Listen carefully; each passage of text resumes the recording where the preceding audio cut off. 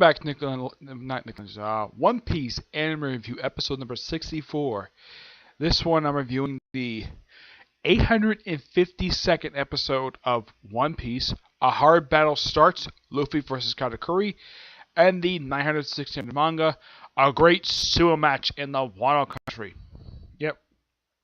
This particular episode adapts the last two pages of chapter 879. Yeah, pages 16, 17, and pages 2 through 12 of chapter 880. Now, as for the title itself, Luffy versus Katakuri, this particular fight actually starts off the episode, but a good chunk of this is set someplace else, and also ends the episode as well. Yeah, it's a good bookend. So you start off pretty much where exactly the last week's episode left off, with Luffy and Katakuri basically still beating the crap out of each other, and Luffy using, I think it was Magnum Stomp thing, Giant Stomp. But then we cut to Sanji, Clifton, and Pudding arriving at Coco Island, and they apparently explain the situation, and they want to, and they send 31 head chefs from Whole Cake Island, which is the main island of Totoro Land, and their job is to make a new cake. But they wanted, and of course, it gives also a little bit of Sanji. Of course, they had the same prior to when they arrived there, where Sanji is looking at paper, and you see Pudding just looking over at Sanji. And then Sanji just smiles at her, and she just goes nuts. Her eyes turn into hearts, and heck, her own heart looks like it's about to come out of her own chest. It's so funny. She does that crazy thing where she has that split person, like she's threatening to kill Sanji, even though that Clifton's right there. Yep. So then after they get to the island, and they have all the chefs come in one at a time. But there's a reason for this. This is so that Pudding can alter their memories. So they don't know exactly. They probably, according to their perspective, they think the wedding went off a hitch, and they refer to Sanji as Pudding Zalma's husband. Yep.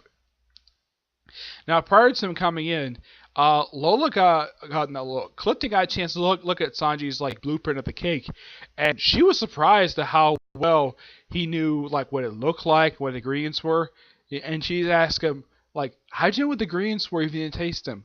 And he said, I smelled them. She's like, interesting. Yeah, I thought that was so, that was such an interesting little moment, the fact that Clifton actually was quite impressed with Sanji's expertise at being a chef. And after all these chefs, basically, by the way, two of these head chefs are women. I'm surprised he's not going nuts over seeing other women, but my guess is he probably has to keep this under control because these are other chefs, and plus Pudding is there.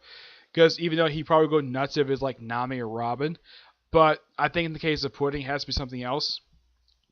So yeah, Clifton would bake the actual cake itself, and Pudding making chocolate. I also put all the ingredients in, and even the chefs are Sanji, Pudding, and Clifton are talking.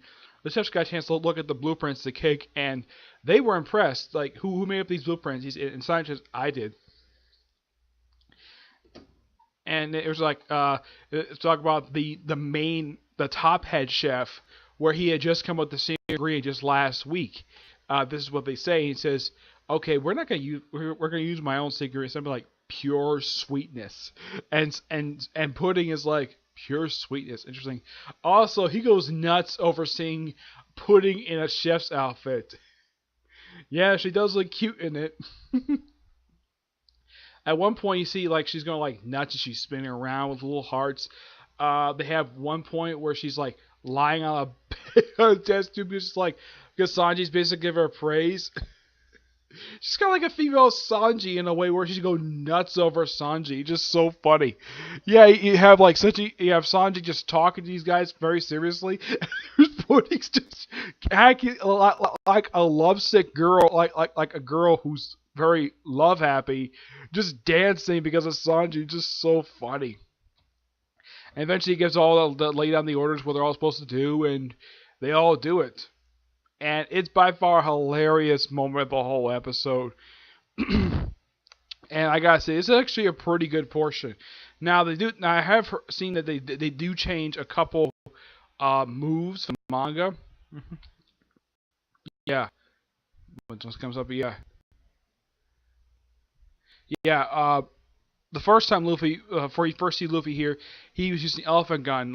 He does use the elephant gun, but they switched up with Grizzly, Magnum, and Giant Axe.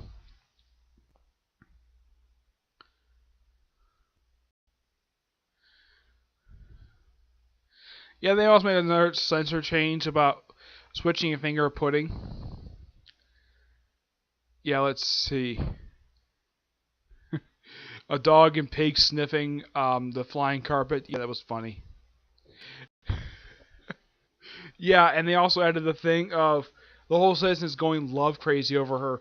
Like the only other time I've seen this where even like everybody the whole island goes nuts over one woman was actually back at Amazon Lily when the ladies were all going goo goo gaga over Boa Hancock.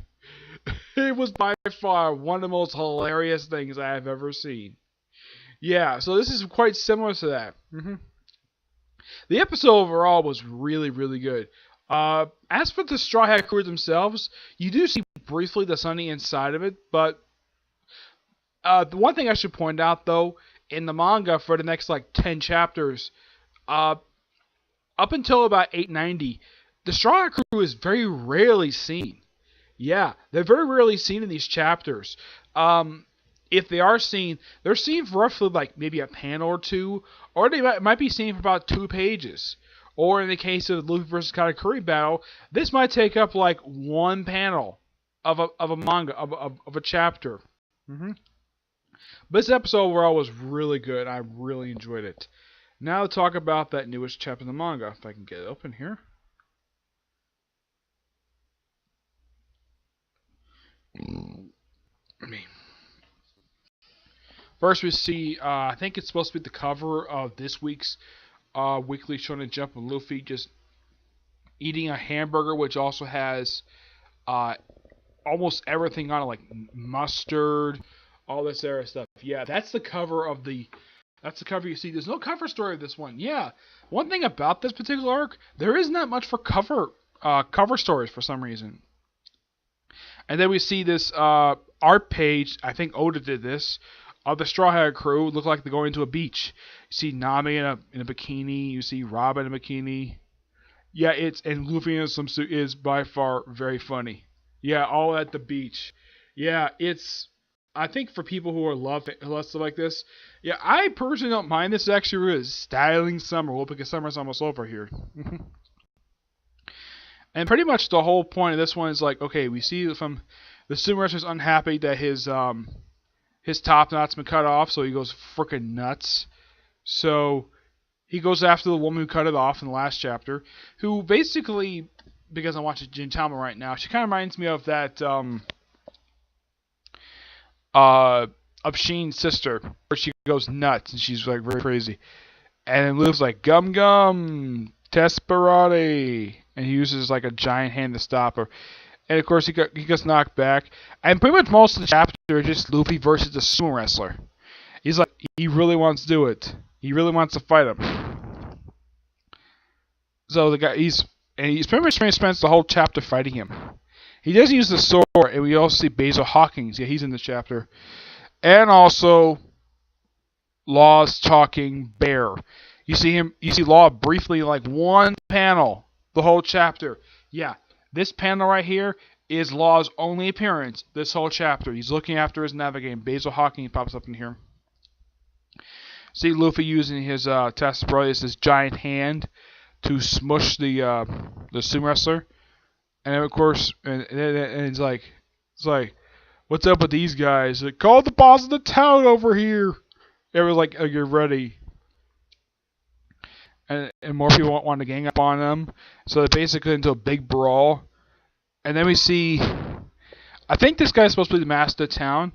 And wow, he's such a big guy. I mean, design-wise, he kind of looks like, if you take away, if you alter his arms and his head. He kind of looks like Blackbeard. I mean, he's got the same beer belly as he does. Yeah, it kind of reminds me of Blackbeard. It's like Oda based this guy's body design on Blackbeard, but basically altered his face, became tattoos in his arms, and he gave him long hair. Blackbeard kind of does got long hair in the manga, but it's slightly long. It's not that long. Yeah, and also the guy can never close his shirt. He always has his shirt open for some reason. He has never explained why. And apparently after, yeah, I think they went after this Tama. Yeah, I think Tama got kidnapped, and they had to go rescue her. And that's how the chapter ends. Pretty interesting chapter. It's interesting. It's odd though they're spending 2 chapters on the sumo wrestler, even though that I personally would love to see Luffy reunite more of his crew. Maybe we might see that in the next episode. Who knows? Who knows indeed. It's a pretty interesting chapter. I'm gonna give it 9 out of 10. It's a pretty good chapter nonetheless. Okay, so that's really it for this episode. Stay tuned for the next episode where I'm gonna do a comic corner. Yep. But until you see our next episode, bye.